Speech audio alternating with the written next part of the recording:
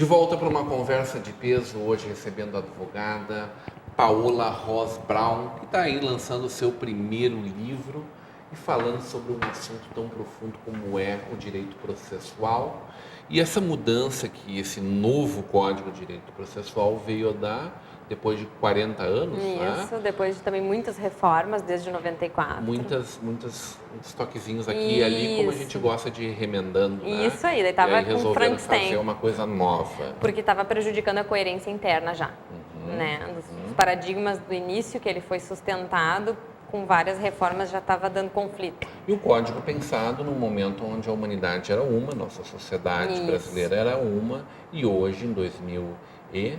Quando é que ele foi? Quando é que 2016. Ele foi notificado? Ele passou a vigorar agora. Tá desde 2010 sendo pensado, repensado, daí sai um projeto, sai outro projeto, a gente está estudando desde de 2010, né, os projetos. E esse novo código, ele vem de encontro, então, a essa modernidade, Isso. das coisas precisarem acontecer numa outra velocidade. Tem uma situação também que a emenda 45, a emenda constitucional número 45 de 2004, colocou entre os direitos e garantias fundamentais o direito à duração razoável do processo. Isso instigou muito, então, a se pensar num novo código, em vez de se fazer mais reformas ao antigo. Precisava de uma reestruturação. O que é um processo com duração razoável? Um processo... Aparentemente totalmente subjetivo. O que a doutrina fala, então, e que eu reproduzo isso no meu livro também, trago as minhas conclusões. O processo, ele precisa tempo para amadurecer. A própria ideia de processo é uma sequência de atos, né, um após o outro, né, cada ato com a sua finalidade. Então, não é a aceleração dos atos e não é também um processo simplesmente mais célere, de supressão. Em geral. Não prevê supressão. Não, é um processo que não tem uma demora patológica. Ou seja, todas as garantias são respeitadas, a garantia do contraditório, ampla defesa, a parte das provas, né? Tudo é respeitado, mas tem a demora patológica é processo que fica parado 2 anos. E o juiz pega no processo e daqui a 2 anos ele pega no processo de novo. Né? Isso não é admissível. Então, foram uma série de mecanismos no novo Código de Processo para que esse processo possa andar, né? De uma forma mais fluida. É mais difícil procrastinar com esse novo código?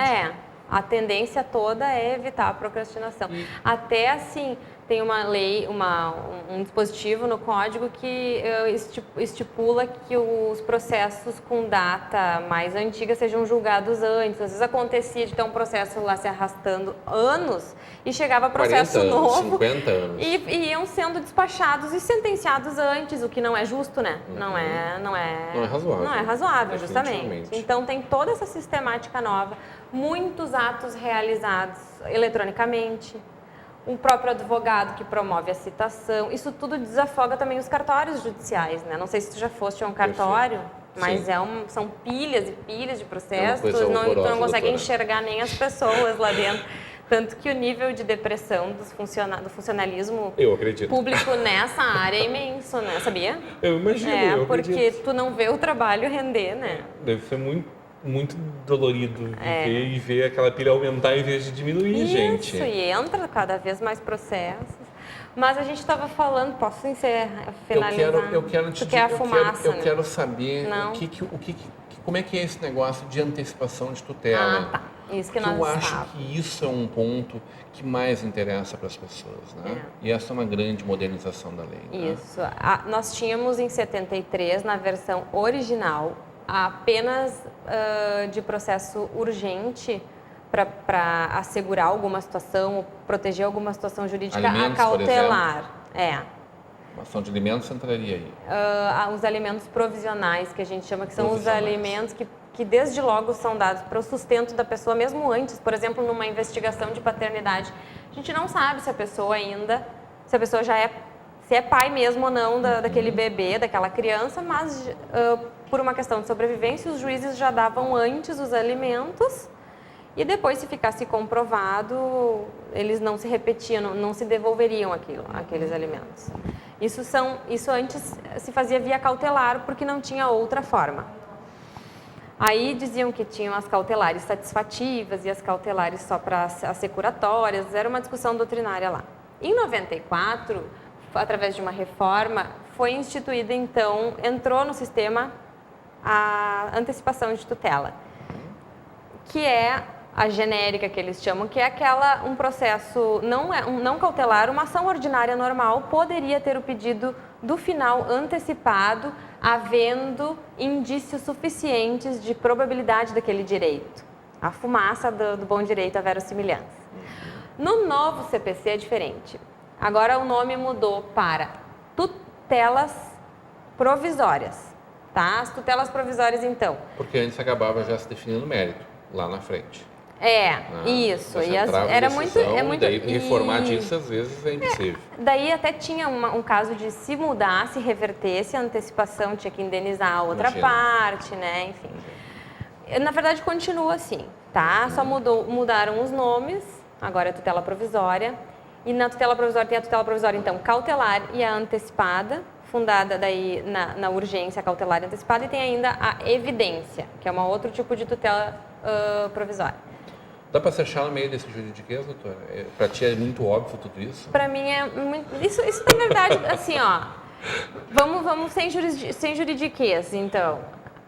Continua a possibilidade de tu ter as cautelares para proteção de direitos e a antecipação de tutela. Só mudaram os nomes, né, e com alguns avanços, assim, unificaram requisitos, porque tinha muita discussão doutrinária que cautelar tinha um requisito, antecipação de tutela tinha outro requisito, e daí, na verdade, se perdia muito tempo do judiciário discutindo, se chama jurisprudência defensiva, em vez de entrar no mérito.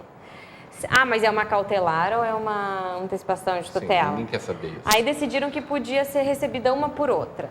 Mas daí depois eles queriam saber se podia ser outra por uma. Então, advogado e juiz, todo mundo adora isso, eles ficavam discutindo.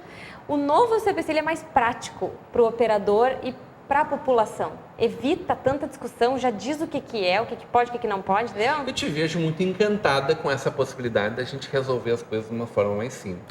Eu fico. Eu imagino o que tem de juiz de nariz torcido. Nariz torcidíssimo, porque tem aqueles que adoram essa função. Porque quando tem muita discussão, dá muita margem, né?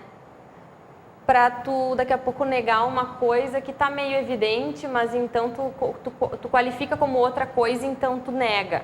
Eu acho assim, ó, quando fica tudo bem claro, a gente tem que encarar as coisas, tem que encarar o processo. Esse é o paradigma da ordinariedade? Esse é o paradigma que foi abandonado.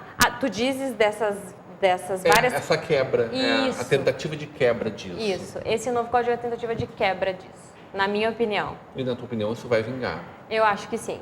Eu estou bem otimista. Já fui bastante criticada por isso, mas eu estou bem otimista. Que avanços tu enxerga no teu dia a dia, nos primeiros momentos desse código? Assim, bem prático mesmo. Quando tu vais fazer um pedido para alguma coisa urgente, por exemplo, tu não ter que perder tanto tempo explicando por que é aquilo e não isso. Né? Com tanta... Como diz um professor meu da faculdade, será que isso tudo de ficar discutindo tanto não é uma grande bobagem? Ele já tem 80 anos, então ele tem todo o direito de dizer isso. E eu concordo com ele, entende? A gente tem que resolver os problemas das pessoas, né? E o judiciário tem que ter essa postura também. A gente vai continuar vendo o juiz torcendo o nariz para ti, então? Está escrevendo mais 4 obras com colegas, é isso? Sim, as obras já estão escritas, estão saindo do forno já. Está gostando dessa verve aí, essa veia de escritora, doutora? Estou gostando, eu até coloquei, né? Gosta de pensar o direito? Gosto, mas assim, gosto de dizer a minha visão mesmo, que é mais prática com relação às coisas, né? De resolver, para a gente poder evoluir, né? A gente fica muito... né? Trancando as coisas, não é legal, né? Não é nada legal. Tem muito advogado também que não gostou da questão das mediações, das conciliações prévias, né? Eu acho que é ótimo, as pessoas têm que se resolver. Às vezes o casal nem quer se separar, por exemplo, só está numa fase muito ruim se pega um advogado que é super litigioso, beligerante, daqui a pouco a pessoa separou e nem parou para pensar, tão ligeiro, entendeu? Uma sessão de mediação possibilita que uma família se reconcilie, que as pessoas pelo menos saiam mais amigavelmente da separação, preservando mais a família, os filhos. Que é o que importa, né? Eu acho assim, ó, que a gente tem que... Eu penso que se a gente tem uma nova lei, a gente tem que prestigiar ela e ver o lado bom, sabe? Essa coisa de criticar tudo sempre, que é a tendência, né, do pessoal do direito, eu já não me adequo muito. Definitivamente não. E o Felipe e a Maria Eugênia? E essa é a parte melhor do meu currículo. É muito cedo para falar do futuro profissional deles, doutora? Não sei, eu acho. Bom, com uma família eu brinco assim, então... não sei, eu brinco que a Maria Eugênia, se for pro direito, vai ser delegada federal. Porque ela é muito cheia das determinações, assim, eu digo, essa daí é fogo na roupa. Casa, ela que manda em casa, então. Uma leonina, assim, que se acha, sabe, o máximo. Doutora, adorei conversar contigo, parabéns pelo trabalho. Muito obrigada também, Rodrigo. Muito fácil entender o direito a partir da tua visão. E tomara que o judiciário compreenda isso e a gente possa efetivamente ter uma vida muito mais tranquila com a solução dos problemas, não com a eterna procrastinação. Né? Seja sempre muito bem-vindo ao Vale TV. Hoje numa conversa de peso com a doutora Paola Ros Brown. Continue agora com a programação da nossa Vale TV, da nossa rede de comunidade de televisão.